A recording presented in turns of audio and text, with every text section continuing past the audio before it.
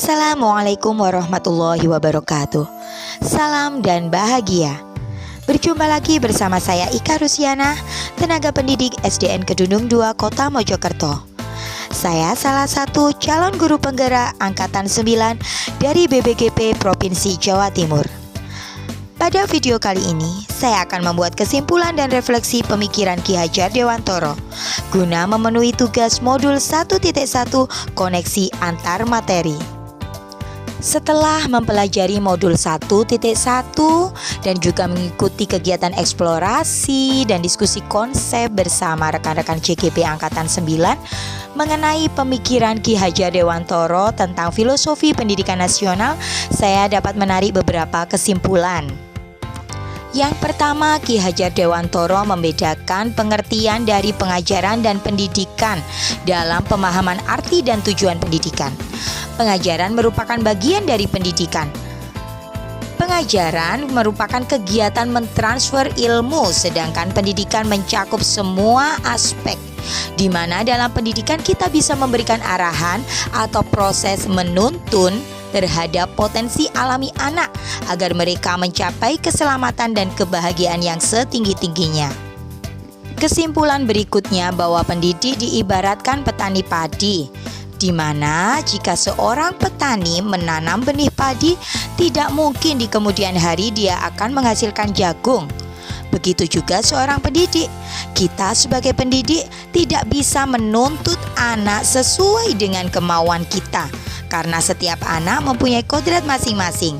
Sebagai pendidik, sebaiknya kita memandu kebebasan anak, memperkuat kodrat lewat pengaruh sosiokultural, mengajarkan tanggung jawab sosial, serta bijak dalam menghadapi perubahan.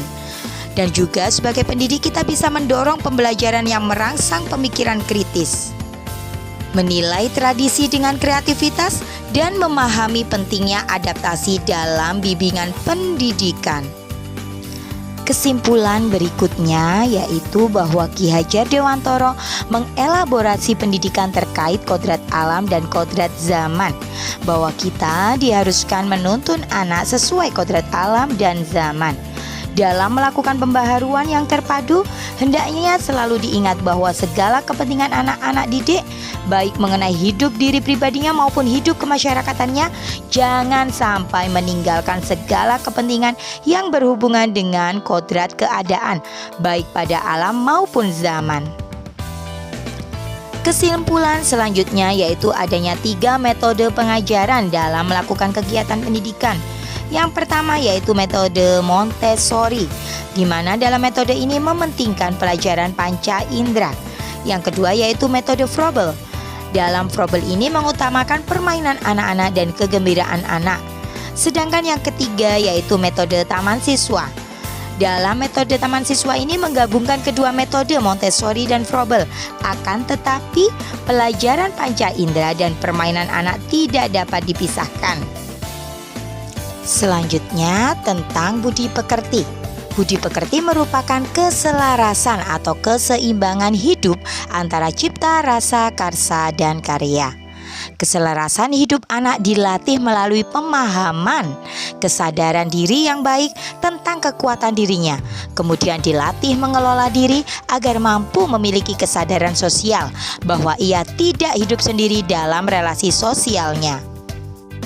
Setelah saya mempelajari modul 1.1 dan membuat kesimpulan, ada beberapa pertanyaan refleksi yang harus saya jawab, supaya kedepannya saya bisa membuat perubahan yang lebih baik dalam kegiatan pembelajaran saya dan bisa menjadi guru yang lebih profesional dalam menuntun anak didik saya.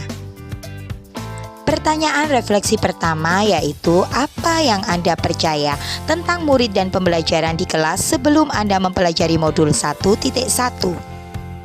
Sebelum saya mempelajari modul 1.1, saya beranggapan bahwa murid sebagai objek dalam kegiatan pembelajaran di kelas, sehingga pembelajaran berpusat pada guru sebagai sumber ilmu.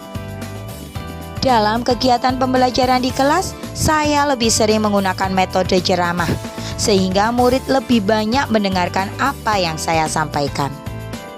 Selain itu, dalam pembelajaran di kelas lebih terfokus pada penyelesaian kurikulum, sehingga murid harus bisa mencapai KKM yang telah ditentukan. Jika seorang murid tidak bisa mencapai KKM, maka dianggap materi yang dipelajari tadi gagal, dan murid tersebut harus mengikuti remedial hingga mencapai KKM yang telah ditetapkan. Selain itu, saya juga berpikir bahwa semua murid dapat mengikuti cara belajar yang dilakukan oleh guru.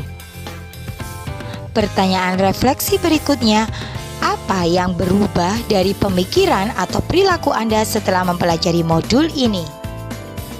Yang berubah dari pemikiran ataupun perilaku saya setelah mempelajari modul ini diantaranya pembelajaran berpihak pada murid. Murid sebagai subjek dalam pembelajaran. Murid berhak menentukan sumber belajar mereka. Pembelajaran memang seharusnya berpusat pada murid. Sebagai subjek, anaklah yang aktif dalam membangun pengetahuannya sendiri. Mereka berhak menentukan sumber belajar mereka. Jadi, apa yang kita berikan kepada murid berasal dari kebutuhan murid itu sendiri. Cara mengajarkannya sesuai dengan kondisi anak dan pendekatan yang dipakai berdasarkan dunia anak-anak. Pertanyaan refleksi yang terakhir yaitu, apa yang dapat segera Anda terapkan lebih baik agar kelas Anda mencerminkan pemikiran Ki Hajar Dewantara? Kegiatan yang akan segera saya lakukan untuk menerapkan pemikiran Ki Hajar Dewantara diantaranya saya akan membuat kesepakatan kelas. Ya, langkah pertama yang saya terapkan adalah membuat kesepakatan kelas. Kesepakatan bersama ini tentang proses pembelajaran di kelas. Jadi saya akan menampung masukan dan membuat sebuah kesepakatan di antara guru dan murid. Sebagai guru, saya harus melakukan pengembangan diri agar menguasai strategi pembelajaran yang sesuai kodrat zaman untuk melatih 6 kecakapan abad ke-21 yang dikenal dengan istilah 6C, yakni karakter, citizenship, critical thinking, creativity, collaboration, and communication. Selain itu, sebagai guru, saya akan merancang pembelajaran yang interaktif dan menyenangkan, menerapkan merdeka belajar, dan mengaitkan dengan penguatan profil pelajar Pancasila. Dan yang paling penting, tidak lagi menuntut, tapi menuntun anak agar menuju tujuan hidup mereka.